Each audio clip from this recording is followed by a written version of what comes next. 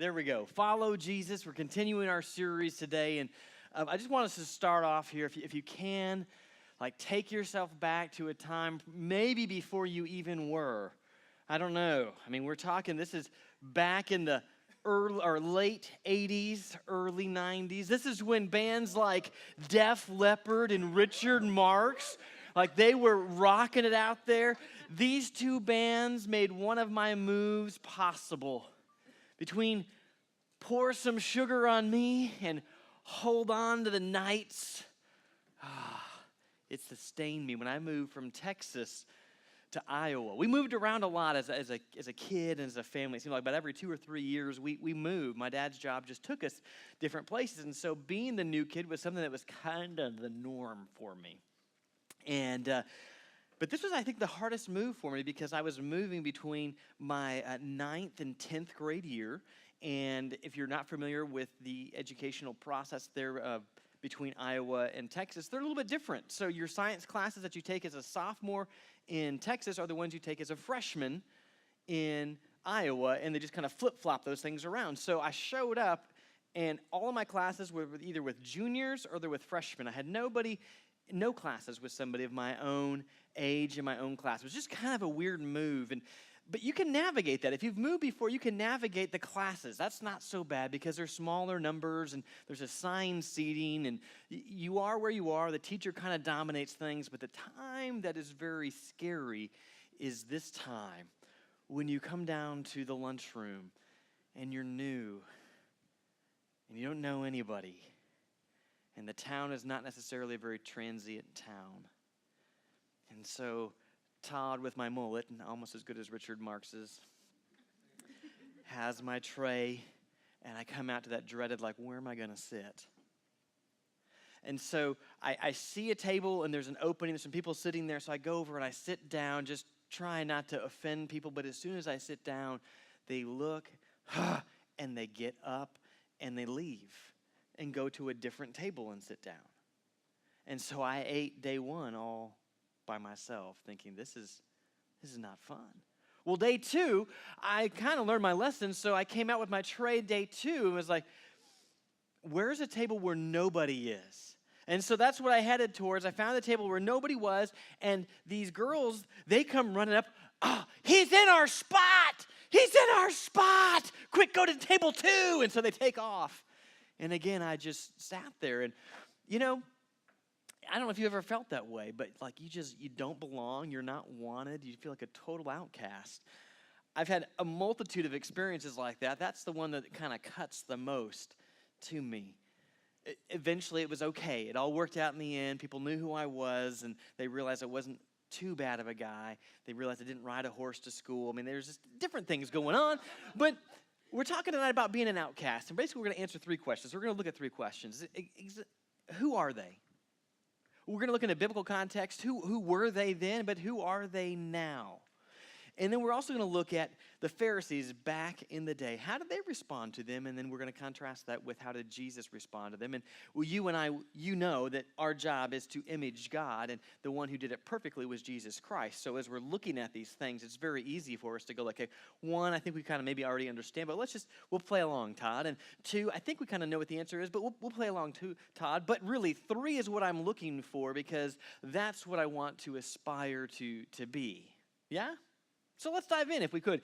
So first off, the word outcast is really kind of a weird word, if you will. We're going to be in Jeremiah, but we're not going to be there very long. You're going to read the verse. You'll be like, why are we reading this verse? And I'm going to explain to you why we're reading the verse. So if somebody has Jeremiah chapter 30, verse 17, it would be wonderful if you would go ahead and read that. For I will restore health to you, and your wounds I will heal, declares the Lord, because they have called you an outcast. It is Zion, for whom no one cares. Perfect. They have called you what? It was a little quiz. They called you what? An outcast. Outcast. Okay. The word that we end up translating all the way into outcast doesn't happen all that often in Scripture, but typically when outcast does appear, it almost always refers to the nation of Israel because they were bad people and they got kicked off their land and they were underneath discipline and they're waiting to be brought back into the land that God had given them. And so the idea of outcast there isn't really the same when we read that. It's not exactly probably what you or I think about when we think of an outcast. And so that just makes it maybe a little bit challenging to sit there and go like, what is an outcast exactly? How do they handle it? So the dictionary tells us that one that is cast out of, refused acceptance by society. And then if you're like, well, how are they defining society? And then you go and you can look, it's not just society at large, but groups of people with common interests who gather together and who say, meh, no, you're not welcome here. All of those folks in Ames, Iowa, the little cyclones who said, meh, not at our table. At that point in time, I was an outcast. Now, there is a word that the Bible uses that is not translated as outcast, that carries that same meaning. Here's the definition. Hamartolos. There you go. People whose behavior, activity, or condition doesn't measure up to society's standards. That's more what you and I think of when we think of an outcast. And the Greek captures this very well. It just doesn't translate it ever as outcast, which is very weird or interesting or unique. Instead, it picks a very unique word, sinners. That's how it's translated. So when you read sinners, most of the time it's carrying this idea, people whose behavior, activity, or conditions don't measure up to society's standard. Does that make sense? I mean, so it's weird, like if you're looking like word search outcast, here I am, and give me some verses. The words are going to pull up, the verses are going to pull up, they're going to be relating to Israel typically, and not what you're thinking of an outcast. Instead, you might be like, okay, well, how about the word sinners? It's used 47 times in the New Testament, 30 of which are found in the Gospels, and those are going to be the ones we're going to look at a little bit here. So the outcast. Who were they? Back in Jesus' day, the outcast would have been not limited to this, but you get an idea. The blind, the lame, the leper, poor, shepherds, because you would have been unclean in Jesus' culture. The Gentiles, Samaritans, again, you're just not us, so stay far, far away. Tax collectors, women, while they were okay within society, they were really minimal rights. They really is not at all like what we look at today. We don't really understand it, to be honest. Years ago, side story, just really quick. Years ago, I got to go with a group into Turkey. And there are people and places in Turkey of how they view women that hasn't changed too terribly much. And I got to go to an amusement park, and with a bunch of folks who are there, and I know many of them because I'm helping with a group of people, and we're watching them order, and one of the ladies is up there, and she's just really mad. I'm like, what's the problem? He won't give me a pizza. Well, why didn't he get you a pizza? Because I'm a woman. He just doesn't want to. He doesn't have to do anything that I ask him. He's telling me that they're out of pizza, but Todd, go ahead and order a pizza. Can I have a pizza? Oh, yeah, here you go. And then she's like, can I have a pizza? No, we're all out. The next kid comes up, can I have a pizza? Sure. She says, can I have a pizza? No, we're all out. And even that doesn't really capture what was going on, but for me, that was the first, like, whoa. And there were other stories that I'll share maybe at some other time of witnessing them. Like, I just have never seen, like, just because you're female. So they were kind of viewed a little bit lesser than, quite a bit lesser than the men. Those who were sexually active outside of marriage, again, outcasts. That's who the outcasts would have been back in Jesus' day. Now, what about today? It's funny that we could come through all of these different things. We might have in our little group and say, oh, the Democrats or the Republicans, you're not like me, get away. We don't ever do that, though, do we? We're just always warm and welcoming. We don't, anchor ourselves into one position. It could happen over sexually active people. We might say, we're good Christians, and if you just do bad stuff, just stay away. I mean, who knows? Unbelievers, we may say, oh, that's just them, and that's us versus them. Rich, they may say, well, we have no room for the poor. The poor may say, you know what, those rich have everything. You're not welcome here. You don't know what it's like to be us. It's kind of weird, really, when you start thinking about outcasts, because you can have both sides of folks. You could have those who are, you're not educated enough, or you're too educated, athletic, not athletic, more Lord of the Rings. You're like, what's up with that? It's possible to sit there and say, this is our group, we're Lord of the Ring people. That's what we do. And if you're not like us, we're not changing anything for you.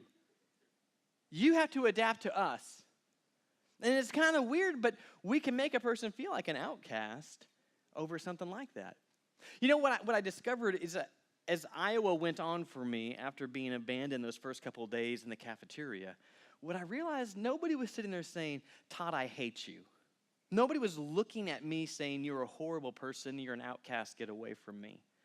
What had happened is they were so self-focused and in their own little group focused that I felt like an outcast. They weren't intentionally trying to hurt me, but they did. And many times we gather around and we're so focused on one thing that we don't mean to hurt somebody and treat them like an outcast, but we do. This is a challenging thing because I would rather it just be an easy message, but if I'm honest, like when I come to Junction, do I gravitate towards the people that I already know and that I'm already comfortable with?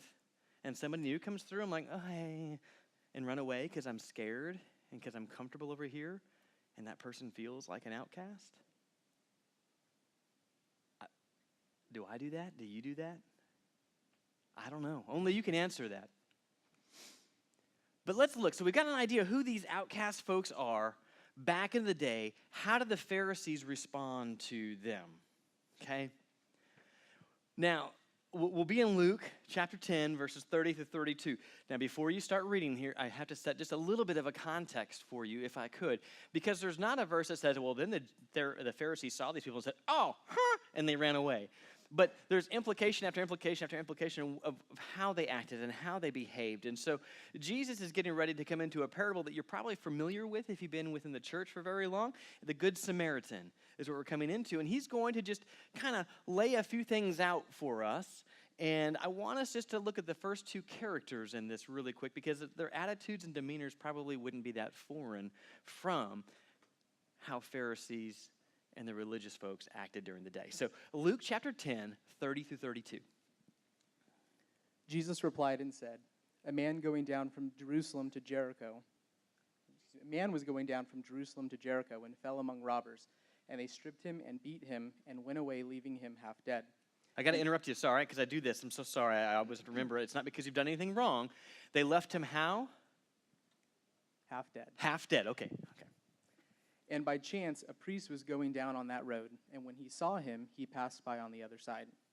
Likewise, a Levite also, when he came to that place and saw him, passed by on the other side. Awesome. So he's telling the story, like here it is, a guy comes down, robbers come on him, and they just beat him, strip him, take things, and he's half dead. And here comes the religious person, he says, Now, very challenging thing here because he's half dead. Is he dead or is he alive? I don't know. If I go over as a religious person, if I go over and I check on him and he is indeed actually dead, now I'm unclean and I can't fulfill the roles that I'm supposed to fulfill. So if I go over and check on him and he's actually dead and I've touched him to see, are you still breathing? If I do that, I'm tarnished. I'm icky. No. And they cross over to the other side of the street. And the Levite comes and does the exact same thing. I would like to investigate. I would like to help, but if I do, your ickiness might get on me and then we both be icky, and that just wouldn't be okay with me because my personal holiness, my personal comfort is more important than you. And this is a little bit of how the mentality was during his time. Pharisees weren't running out, how can I help? How can I help? You're icky. Get away, you're icky. So kind of like this. This is, I know, very exciting, right? Little figures are out there. And so we'll say the blue are the Pharisees, and this is how they respond to the outcasts. We'll put the folks who are red there, they're the outcasts. They're the icky ones. They are the ones who are the lepers. They're the ones who are the blind. They're the ones who are poor. They're the ones who just are icky. This is the response. Whoop, get me away. Whew, we made it. We're together over here. Oh, I know we're so holy. You're holy. No, you're holy. Oh, I know I'm holy, but you're holy. No, we're both holy. We're the holiest people ever. If people could just be like us, then life would be so much better. Those are icky people. I'm so good that we're so holy because God loves us because we're so good. Icky people. That was their attitude. I told you to wait for the picture, right? Same picture pulled back up. to capture it a different way, Ames, Iowa, a few years later, after everybody ran away from me, we had a bunch of people at our house, a couple families over to our house for Christmas. And I'm sitting in our living room is packed. We're gathered around the tree. And the kid comes, there's a kid who comes and sits next to me. And he had been given a lot of freedom that day with chocolate. A lot of freedom with chocolate. Chocolate milk, chocolate candy, chocolate kisses, chocolate, just a lot of freedom. And so we're sitting down trying to have a conversation, and the chocolate kid is next to me, literally next to me. Like, you're having to sit like this, and he's just kind of like this. And then he slows down a little bit, and he looks at me, and I'm like, there's something just not right about your face. I can't put my finger quite on it, but you look kind of like all the colors going out of your face. And he looks at me. And thankfully, he turned his head forward, and bleh, the chocolate ickiness that he had had the freedom to consume, and he vomits out. I mean, it's not just a little, it's like, whoo, going over here. A guy named Mark is on the other side, like right across, it's coming at him, and he's just looking like, oh my goodness. As it's like mid-spew, I don't know how I did this. This is really, because I'm seated position. I didn't go over this way. I went over the back. I don't know how I got enough momentum, like, no. And in my mind, it was like this beautiful flip, back tuck. But I'm like, I don't want any of that ickiness on me, because as it continued to spew, it just kind of came down here and all over and contaminated everything. And my response was, get me far away, because I don't want any of that nastiness on me. Poor kid, how much chocolate have you had? Oh, just a little bit more, apparently. Okay. We got him some different clothes, wash the clothes, and, maybe stay away from the Hershey Kisses. Turkey's coming. It's going to be okay. But how I responded to that kid in need was just like a Pharisee. Don't get any of the ickiness on me. How do you respond? I mean, it's really amazing. There are some people who are just wired in a way, and I admire folks like this, that they see the vomit and they run towards it. Because he's probably hurting, he's probably scared, he's probably embarrassed, and he needs to be comforted. And then there are people like me who are like, it might get on me. How do you respond with folks who are just different than you? Well, let's look at Jesus and his response to them being the outsiders. And it's really kind of a crazy thing here. Still in Luke, going to 15. There's a lot of different places we could have stopped, but we're going to go to Luke 15, 1 and 2. Now all the tax collectors and the sinners were coming near him to listen. I have to stop you, because I got to make sure that we all heard that, because people are still turning. All the who? Tax collectors and who who else? Sinners. Okay, so we're locked in here. We know who, and now what are they doing? Were coming near him to listen to him. Both the Pharisees and the scribes began to grumble, saying, "This man receives sinners and eats with them." Wow. What did he do?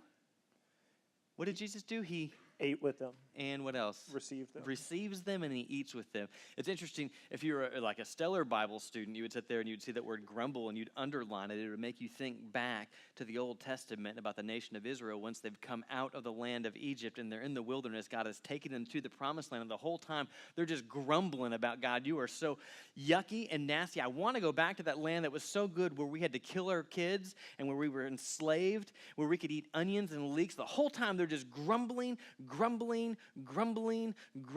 and here the Pharisees are grumbling.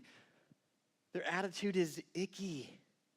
And they're grumbling because they're like, this Jesus guy, I mean, he's performed miracles, yes, but look, the tax collectors, the sinners, they're actually coming to him, and he's not going, ooh, ooh, he's saying, come.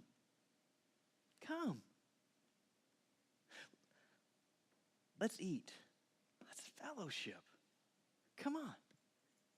This is totally foreign. And you'll read it time and time again in the Gospels. The Pharisees are like, we just don't know what to do with this. We have no idea what to do, because Jesus is acting so differently. Remember, people whose behavior, activity, or condition doesn't measure up to the society's standard. And Jesus is not saying, ooh, get away from me. oh, you're just too much of a hot mess. I can't do anything with that. Go clean your act up and then come back. We in the church sometimes, however, we do that, don't we? Which is just weird. Side note, if I could, working down in Chile, and there was a church that they were having a problem because they hired a sound guy to come and help them who was not a believer. And every now and then when they would be warming up and he's getting the levels, something would go wrong and he would drop a curse word. And so they were very upset by this until one wise pastor said, guys, I don't understand why you're so upset. Why in the world would you expect a non-believer to approach language the same way that you do?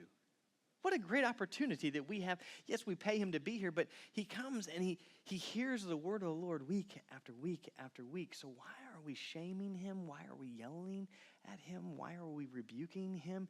He doesn't know Christ. He doesn't really know any better.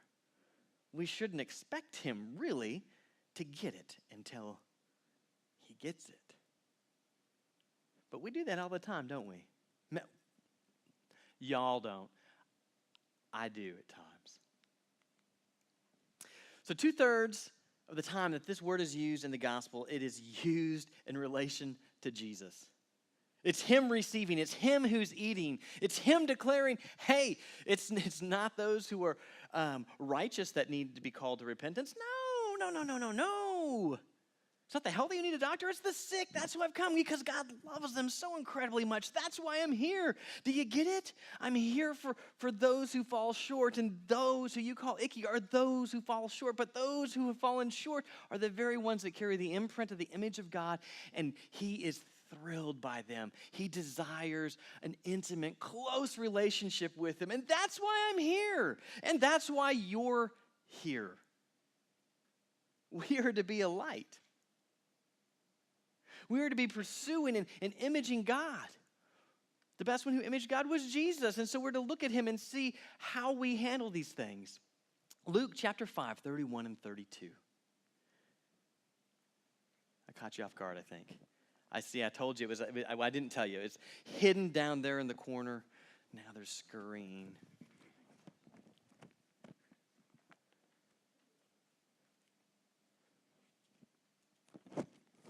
Matthew's involved. He's a tax collector. And Jesus had just walked up to him and said, hey, come on. And Jesus answered and said to them, it is not those who are well who need a physician, but those who are sick. I have not come to call the righteous, but sinners to repentance. See, I got ahead of myself. I'm really sorry. Will you forgive me?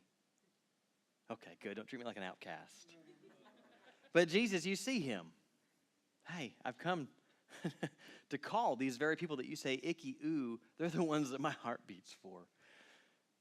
And it's very interesting. You see in these parables that Jesus tells of, there was a shepherd and he had 100 sheep and one went wandering away. And so he left the 99 and he pursued the one who wandered off.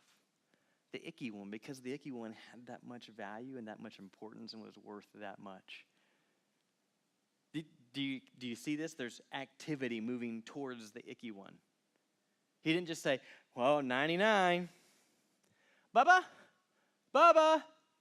here, boy, Bubba. Guess we'll just go with 99. No, Bubba. Oh, I got to find him. I got to find Bubba. And off he goes. I don't know if the sheep's name was Bubba, but if it were.